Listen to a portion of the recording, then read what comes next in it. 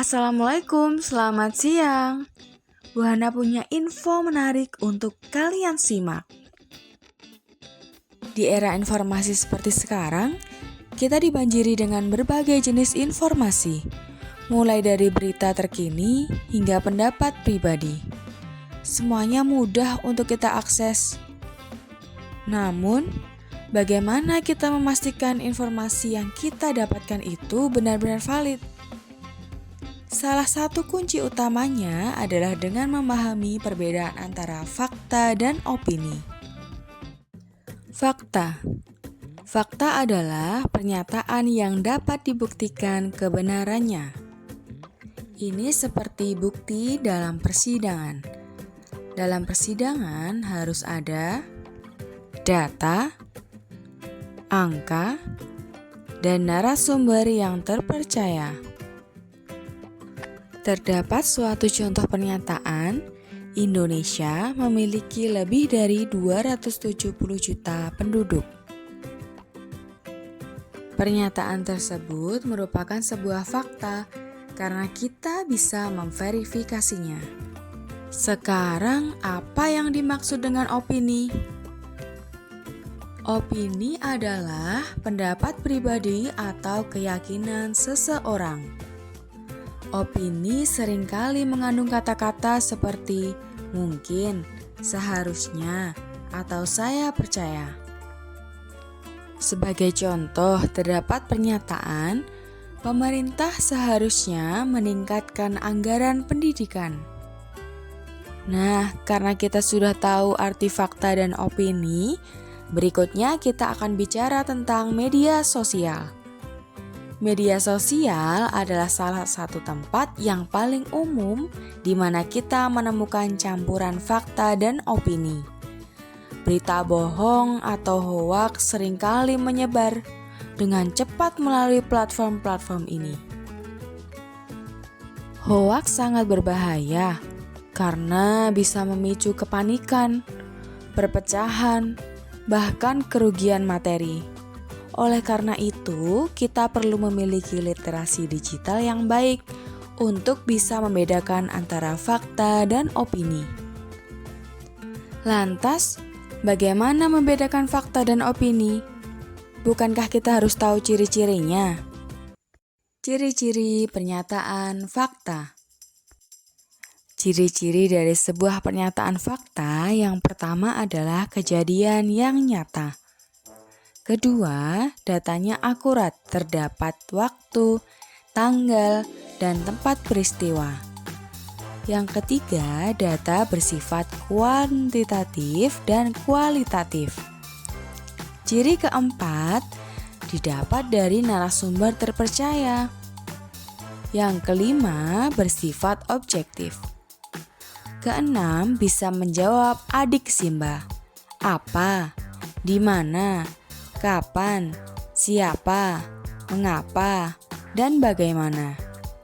Ciri-ciri yang ketujuh menyatakan kejadian yang sedang atau telah terjadi.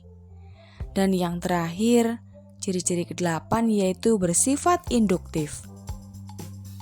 Berikut adalah contoh artikel digital dengan judul Paralimpiade 2024. Karisma Evi mempersembahkan perak di antara pelari Italia. Dalam isi berita tersebut terdapat keterangan nama pelari, kejadian yang sudah terjadi, tempat kejadian, dan waktu kejadian, sehingga dapat kita simpulkan bahwa pernyataan tersebut dikategorikan sebagai sebuah pernyataan fakta. Ciri-ciri pernyataan opini.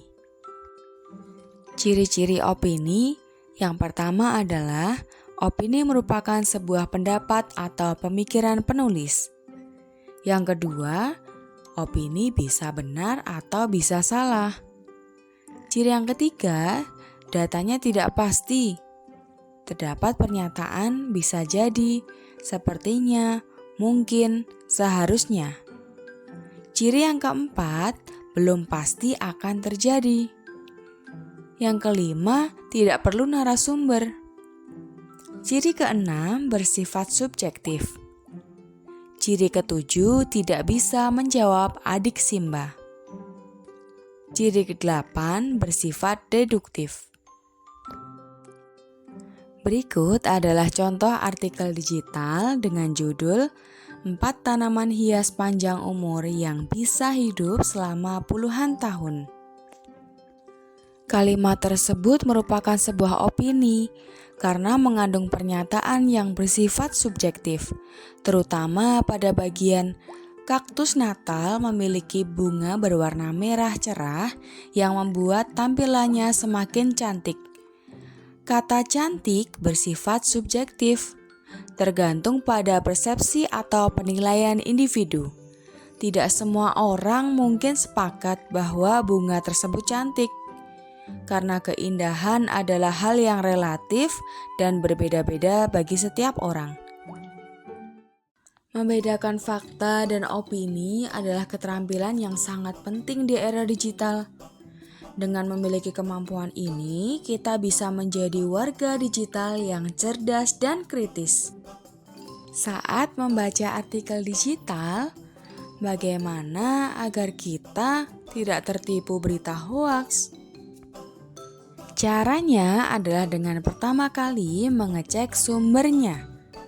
Kemudian yang kedua, cari tahu siapa penulisnya. Ketiga, verifikasi informasi. Dan yang terakhir adalah hati-hati dengan kata bersifat emosional.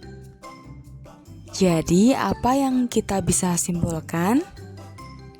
Yaitu, ingatlah, tidak semua yang kita baca di internet itu benar. Jadilah konsumen informasi yang bijak, selalu berpikir kritis, dan jangan mudah terprovokasi.